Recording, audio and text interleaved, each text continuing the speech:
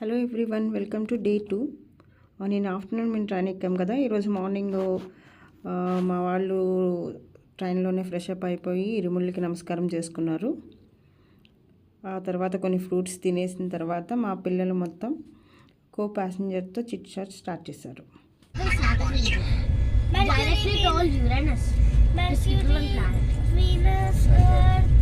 Mars, Jupiter, Saturn, Uranus, Neptune. How does Saturn have rings? Saturn have Rings. I already know that. that thing rings.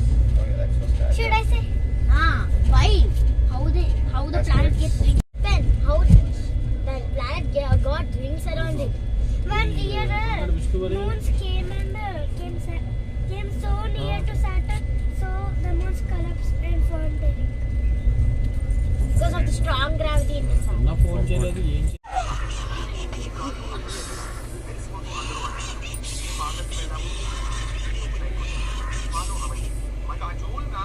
See this? స్నాప్చాట్లో different photos try చేస్తున్నారు వీళ్ళు. Please. That one. This one. Scary. Wait. మా tickets Ernakulam వరకే book అయి ఉన్నాయి. But Ernakulam నుంచి శబరి చాలా దూరం అవుతుంది. ఎరిమేలి, కొట్టాయం, చెంగునూరు ఆ స్టేషన్కి చేసుకుని ఉంటే బాగుంటుంది.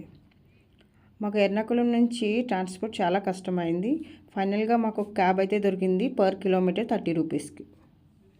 ఆల్మోస్ట్ 2 hours టైం ఇక్కడ వేస్ట్ అయిపోయింది. మేము ఎర్నాకుళం నుంచి స్టార్ట్ అయ్యేటప్పుడు 3:30 అయింది. అందువేలో పిల్లలు ఆకలి అంటే మేము ఒక టీ హబ్ దగ్గర ఆగాము. అక్కడ tea, coffees and some snacks we had. Coffee అయితే అక్కడ చాలా బాగుంది. కన్యస్వాములు ఎవరైనా ఉంటే తప్పనిసరిగా ఎరిమేలి వెళ్ళి ఓవర్ స్వామిని దర్శించుకున్న తర్వాత అయ్యప్పని దర్శించుకోవాలి అని అంటారు. ఈవినింగ్ 6:30కి అయితే మేము ఎరిమేలి రీచ్ అయ్యాము. ఓవర్ స్వామి ఒక బందిపోట దొంగ అని, అయ్యప్ప స్వామి ఒకరోజు తనకి కనువిప్పు కలిగించాడని, అప్పటి నుంచి అయ్యప్ప స్వామికి భక్తుడిగా మారాడని, అప్పుడే అయ్యప్ప స్వామి ఒక వరం ఇచ్చాడని చెప్తూ ఉంటారు. ఎవరైతే భక్తులు మొదటిసారి మాల వేసుకుని వస్తున్నారో వాళ్ళు ముందు నిన్ను దర్శించుకున్న తర్వాత నా దగ్గరికి వస్తారు అని చెప్పాడు అని ఒక కథ చెప్తారు. అది ఎంతవరకు నిజం అన్నది తెలియదు. కన్యస్వాములంతా రకరకాల వేషధారణలో ఓవర్ స్వామిని దర్శించుకున్న తర్వాత ఓవర్ స్వామి మసీదు దగ్గర నుంచి అయ్యప్ప స్వామి గుడికి ఊరేగింపుగా వెళ్తూ ఉంటారు. ఇక్కడ స్వాములు పేటతుల్లి అనే నాట్యం చేస్తూ వెళ్తారు.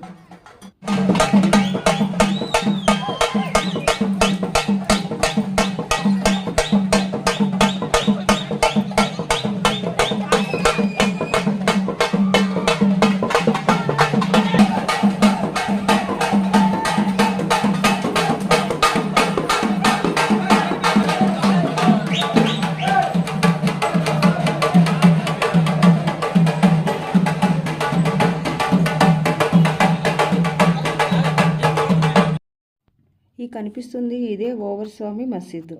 అయితే మసీదు లోపలికి ఎలా ఉండదు, కానీ చుట్టూ ఒకసారి తిరిగి స్వాములు ఈ మసీదు దగ్గర నుంచి అయ్యప్ప స్వామి టెంపుల్ వాకబుల్ డిస్టెన్స్లోనే ఉంటుంది, అక్కడికి వెళ్తారు ఊరేగింపుగా.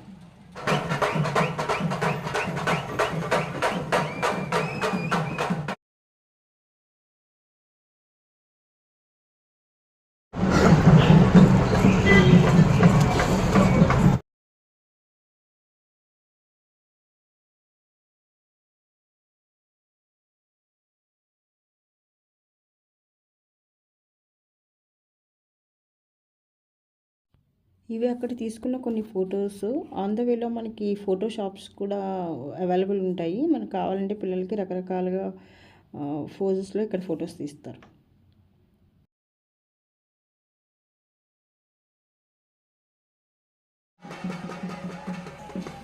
ఇదే మన తత్వమసి అయ్యప్ప స్వామి టెంపుల్. ఓవర్ స్వామి మసీద్ దగ్గర నుంచి స్వాములంతా ఊరేగింపుగా వచ్చి ఇక్కడ అయ్యప్ప స్వామిని దర్శించుకుంటారు.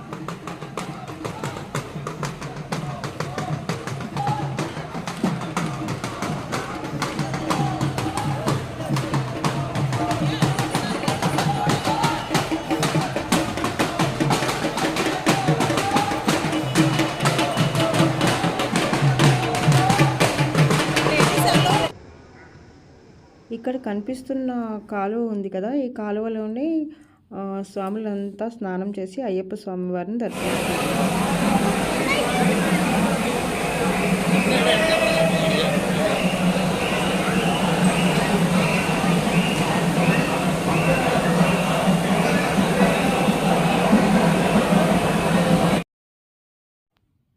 ఇక్కడ దర్శనం అయిన తర్వాత ఈ టెంపుల్లోనే ప్రసాదం పెట్టారు. అది మేము తినేసి ఆల్మోస్ట్ 9 o'clock అయింది నైట్. అప్పుడు పంబాకి స్టార్ట్ అయ్యాం.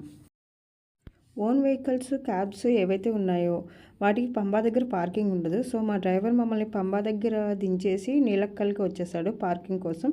పార్కింగ్ అక్కడే అవైలబుల్ ఉంటుంది.